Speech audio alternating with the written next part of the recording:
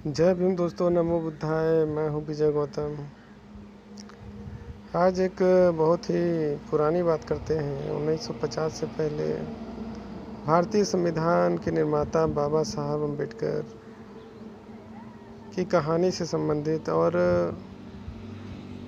इस देश की पूरी मनुवादी ताकत, गांधीवादी विचारधारा, सनातन धर्म के जितने गुंडे आवारा चोर थे, आज मैं बाबा साहब की लड़ाई को एक बहुत ही छोटे कहानी के माध्यम से बताना चाहता हूँ।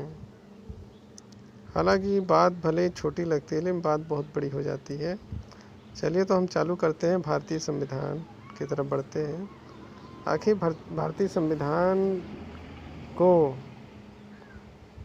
रचने के लिए बाबा साहब की कितनी बड़ी योगदान है। इसमें गांधी, नेहरू और जितने भी ब्राह्मणवादी लोग थे, उनका इस देश में क्या योगदान रहा, या एक प्रकार से देखा जाए तो देशद्रोही जैसा जो उनका रुतबा रहा आज तक गांधीवादियों का, तो मैं आज थोड़ी चर्चा करना चाहता हूँ। ये बात कुछ ऐसी है कि अंग्रेज़ों के बारे में मैंने पहले ही बताया कि अंग्रेज़ों ने इस देश को आज़ाद कराया, न कि यहाँ के जो मनुवादी विचारधारा के लोग हैं उन लोगों ने तो बिल्कुल नहीं कराया। वो केवल ब्राह्मणों की आज़ादी चाहते थे, वो शूद्रों की आज़ादी नहीं चाहते थे। आप भी जानते हैं, मैं भी जानता हूँ। तो कहानी चालू करते हैं कि जब अंग्रेज़ इस देश को भारत छोड़ना चाहते थे, भारत देश को अंग्रेज़ जब छोड़ना चाहते थे, तो अंग्रेज़ों ने बोला था कि यदि आप अपना संविधान जो है, यदि आप जो देश की आज़ादी की बात कर रहे हैं, चाहे बाबा साहब अम्बेडकर हों, चाहे ब्राह्मण अपनी आज़ादी के बारे में बात कर रहे हो, तो अंग्रेज़ों ने बोला था कि आप अपना कॉन्स्टिट्यूशन बना के दीजिए, आप अपना भारतीय संविधान संविधान बना के दीजिए, मैं अपने आप ही ये देश छोड़ दूंगा। नहीं तो ये जो देश है ये हमारे ही कानून के हिसाब से चलता रहेगा, इसमें आप लोग का किसी प्रकार का हस्तक्षेप नहीं होगा। और थोड़ी सी इस पर एक बात और रखना चाहूँगा कि इस देश में जितने भी पिक्चर बनती है, सब की सब बाबा साहब पे फॉल्स पिक्चर बनती है। आप गांधी एंड कंपनी वालों को नहीं जानते हैं। ये वो आस्तीन के सांप हैं जो आज तक देश को बर्बाद कर रहे हैं, लूट रहे हैं, खसोट रहे हैं। कोई है तो 10 करोड़ रुपए के सूट ही पहन रहा है, तो 8,000 करोड़ रुपए का हेलीकॉप्टर से घूम रहा है। तो कुछ ऐसे मूर्ख हमारे देश में पड़े हुए हैं जो अपने आप को प्रधानमंत्री कहते हैं, और उनकी जय जयकार करने वाले नीच और दुष्ट होते हैं। उनके धर्म को प्रचार करने वाले सबसे बड़े धूर्त होते हैं। तो हालांकि ये जो बात है, ये महान वैज्ञानिक बुद्धि रखने वाले पेरियार स्वामी भी कहते थे। तो आइए हम चालू करते हैं, स्टार्ट करते हैं कि आखिर क्या बात हुई थी उस समय। जब अंग्रेज़ों ने ये पारित किया कि इस देश का आप संविधान बना के दीजिए, तो इस देश के जितने गांधीवादी, नेहरू, मोतीलाल नेहरू, बाल गंगाधर तिलक जैसे आतंकवादियों ने पूरी कोशिश की कि इस देश में जो हम संविधान बना के इस देश को अपने कब्जे में कर लेंगे, लेकिन इनकी जो चाल है वो पूर्ण रूप से कामयाब नहीं हो पाई। वो आधी अधूरी ही चाल कामयाब हो पाती है और इनकी हार होती है।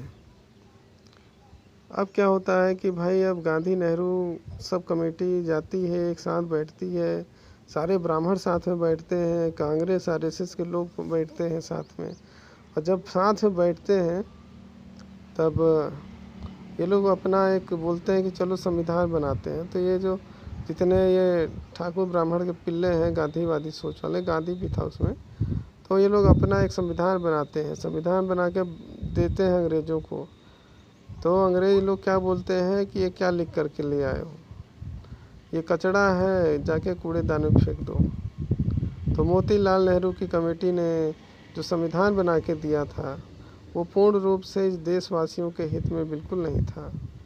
वो पूर्ण रूप से इस देश में रहने वाले गरीब तबकों के लिए बिल्कुल भी नहीं था। वो केवल जंगली जानवरों के लिए, क्योंकि ब्राह्मणों की जो भगवत गीता है वो भी जंगली जानवरों के ही हिसाब से बनी हुई है। उन्हीं में है वो जात पात वर्ण व्यवस्था नस्ल भेद, एक आदमी को एक दूसरे आदमी से भिड़वाओ, ये है भगवत गीता।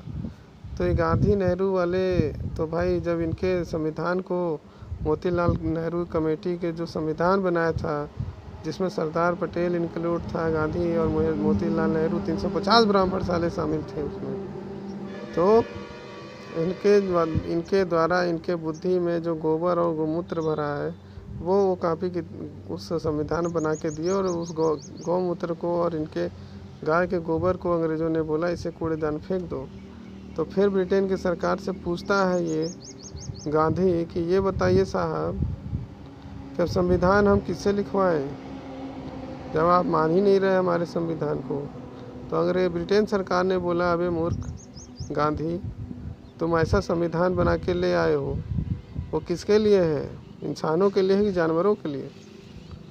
चलो ठीक है, मैं तुम्हें एक आदमी का नाम बता देता हूँ, उस आदमी के पास जाओ, यदि वो बना देता है तो भाई उसे भी हम स्वीकार कर लेते हैं। तो ये जो गांधी चोर एंड कंपनी के लोग हैं, तो ये पहुँचे कहाँ, जिसको ब्रिटेन की सरकार ने बोला था कि आप उसके पास जाइए।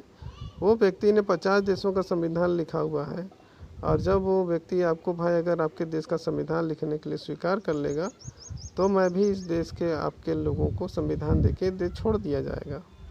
तो गांधी और नेहरू ये पहुँचे कहाँ, आइवर जिनीन के पास। आइवर जिनीन के पास वो पहुँचते हैं जिनेवा में।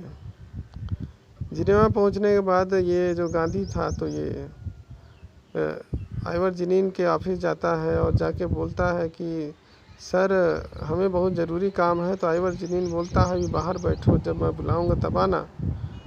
1 घंटा हो जाता है, तब गांधी को बुलाया जाता है। गांधी और नेहरू कमेटी उनसे जाके मिलती है आइवर जिनीन से। आइवर जिनीन बोलते हैं क्या समस्या है गांधी।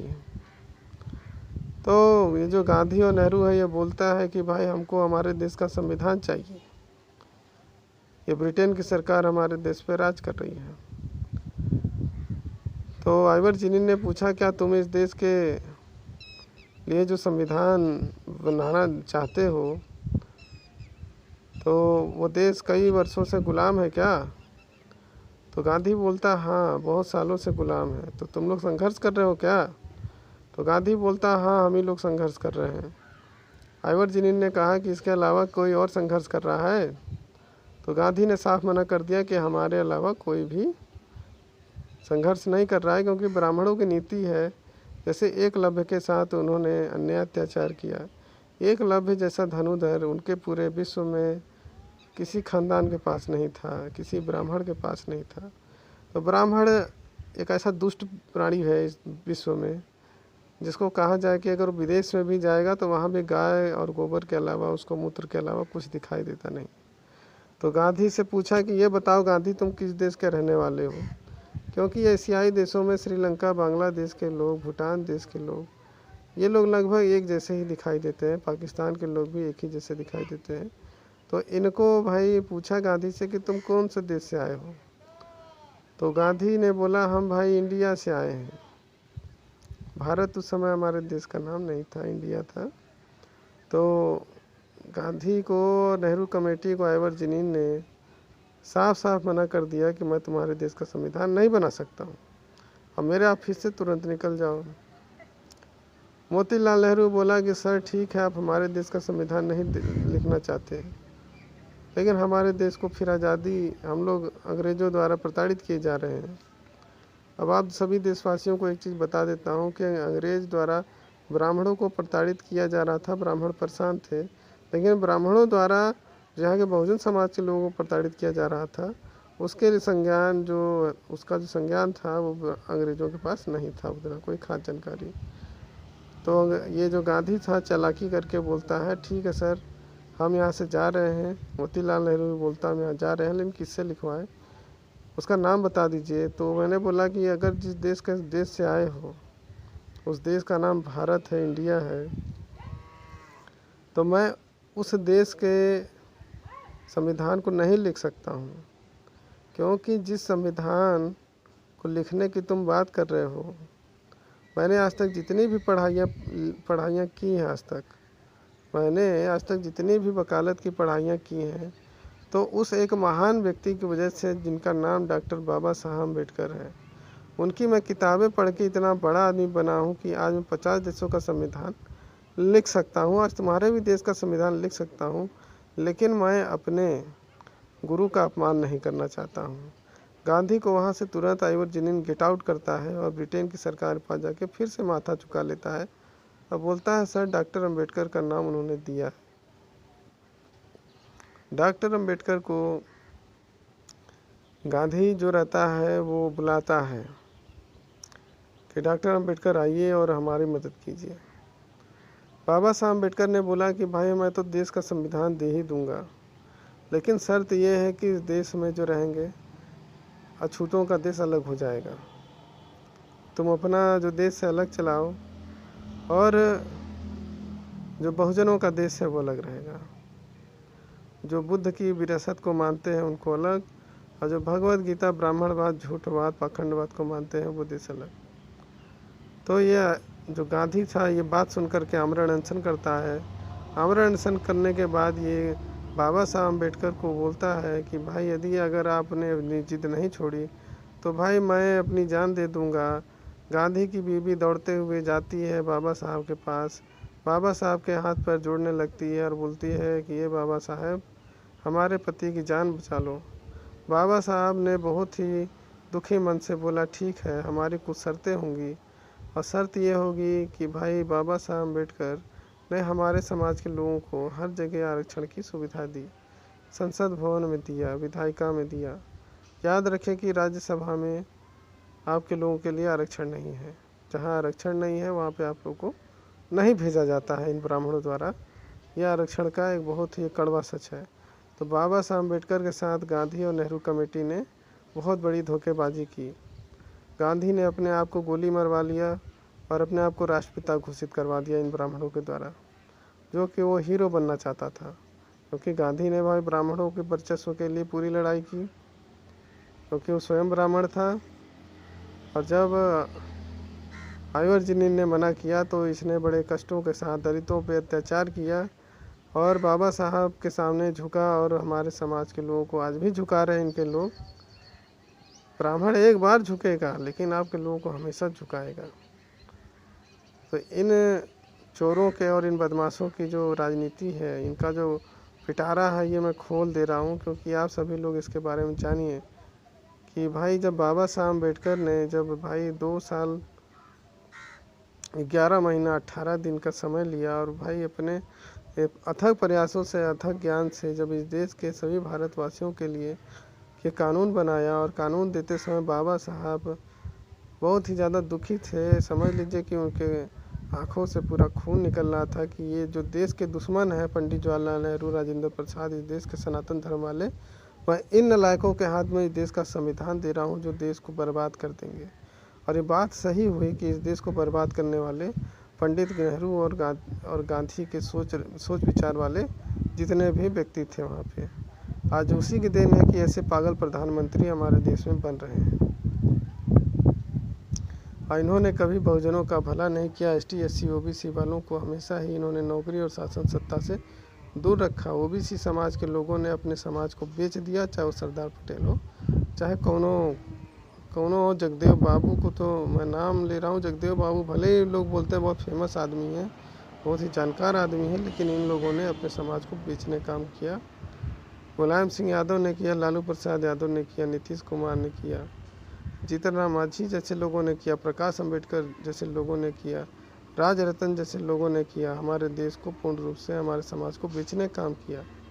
तो बाबा साहब बड़े ही दुखी मन से वो संविधान देते हैं और बहुत ही दुखी हो जाते हैं। अंग्रेज आते हैं, आइवर जिनिन आए थे मिलने के लिए बाबा साहब अम्बेडकर से। बाबा साहब अम्बेडकर आपने तो देश को इतना सुंदर कानून दिया है, इसमें आप रोक क्यों रहे हैं? तो आइवर जिनिन को बाबा साहब अम्बेडकर ने कहा कि मित्र या शिष्य समझ लीजिए, उनका स्टूडेंट था। तो मैं इतना दुखी इसीलिए हूँ क्योंकि ये जो मनुवादी विचारधारा के लोग हैं जो हमारे देश को सदियों से गुलाम बना के रखे हैं, तो इन लोगों ने हमारे देश को गुलाम बनाए रखा और हमारे देश में शोषण किया। आज हमारे देश को जो सोने की चिड़िया कहलाती थी, इनको बर्बाद करने का श्रेय केवल इस देश के हिंदू मतलब विदेशी ब्राह्मणों को जाता है। उन्हीं लोगों ने हमारे देश को बर्बाद किया। यहाँ के पिछड़े जाति के लोगों की मूर्खता की वजह से, हमारे जो भोले भाले जो मजदूर किसान हैं उनकी भोलेपन की वजह से हमारा देश बर्बाद हुआ। और हमारे देश में इससे बड़ी दुखद बात नहीं हो सकती कि मैं दुनिया का सबसे सुंदर संविधान इन चोर उचक्कों के हाथ में दिया हूँ, इन देश के दुश्मनों के हाथों में दिया हूँ। इसलिए बाबा साहब जो है संविधान दे करके बहुत ही ज़्यादा रो रहे थे, बहुत पछता रहे थे। तो ऐ मेरे दोस्तों, जो आज जो घटना घट रही है इस देश में, कोई 8,000 करोड़ रुपए के हेलीकॉप्टर से घूम रहा है, किसी को 8 रुपये मिल नहीं रहा है कि मैं कम से कम भोजन कर लूँ, मैं ज़िंदा रह लूँ। धन्यवाद दोस्तों। आज़ादी के लिए संघर्ष कीजिए और बहुत जल्दी हमारा देश आज़ाद होगा इन ब्राह्मणों के चुंगल से।